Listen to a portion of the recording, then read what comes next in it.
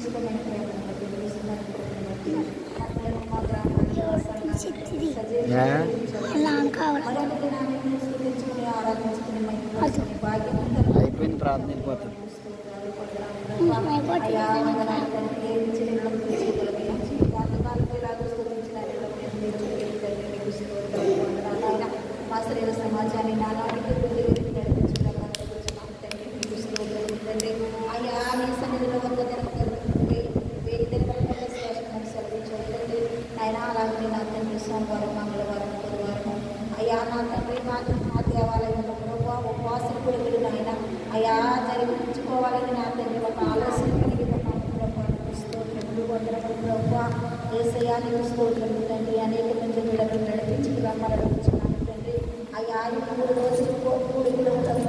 ఒక ఆత్మని రక్షించబడాలి ప్రభావానికి స్తోత్రములు తండ్రి ఒక ఆత్మని నశించకూడదు ప్రభావానికి స్తోత్రములు నాయన ఒక ఆత్మను నా తండ్రి